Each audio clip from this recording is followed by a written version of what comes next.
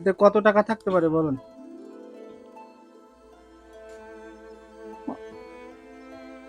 কত টাকা বলেন? ৫,০০০। ১০,০০০ টাকা। ১০,০০০ আপনি টাকা। যা চাইছেন তার থেকে বেশি টাকা এতে আছে।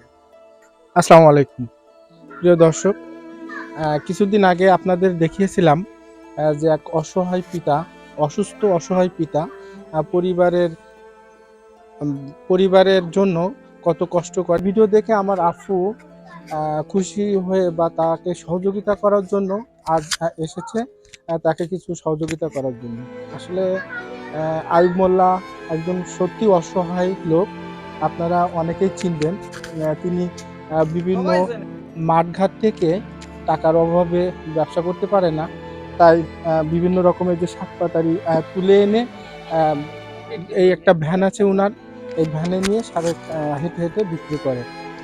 আসলে মানুষের জীবন কত দুর্বিষহ, কত কষ্টের, ইনাকে দেখলেই বোঝা যায়।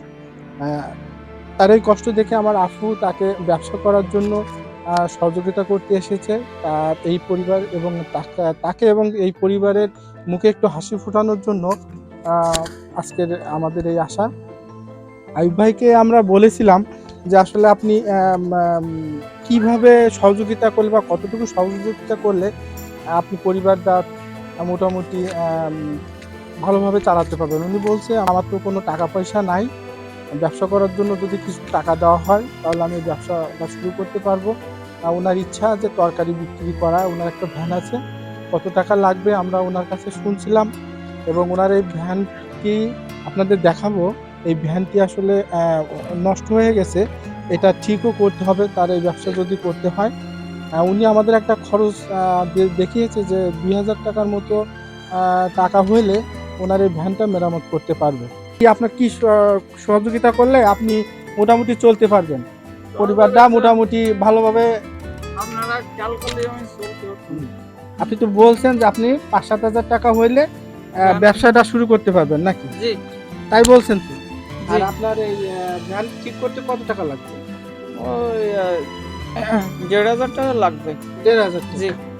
তাহলে আপনার টোটালি এই ব্যবসাটা শুরু করতে হলে ৫-৭ হাজার টাকার মতো তরকারি কিনলে আপনি এটা শুরু করতে পারবেন ব্যবসাটা, জি, তাই? জি। আচ্ছা। আর আপনার ওই ভ্যানটা ঠিক করতে লাগবে ১,৫০০ টাকার মতো। ১,৫০০। তাহলে ৭,৫০০-৮,০০০ টাকার মতো আপনার এখন যদি দেওয়া হয় আপনি ব্যবসাটা শুরু করতে পারবেন, তাই? জি। তা আপনার পরিবারে কয়জন আছে? ৪ জন। তারা এখন বাড়ি নাই, তাই? জি, নেই। কোথায় গেছেন? ওই একজন বাজারে গেছে, একজন খালার বাড়ি গেছে, আর মাই তো একদিক কোথায় গেছে ঘুরতে। আচ্ছা, তাহলে ছোট মানুষ। আপনি টাকাটা দেন, ভাড়া দেন। নেন, এটা খোলেন, কত টাকা দেখেন।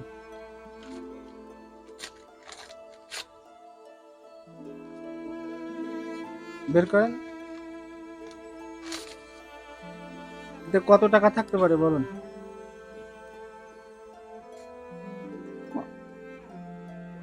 কত টাকা বলেন? ৫,০০০। ১০,০০০ টাকা। ১০,০০০ আপনি টাকা। যা চাইছেন তার থেকে বেশি টাকা এতে আছে।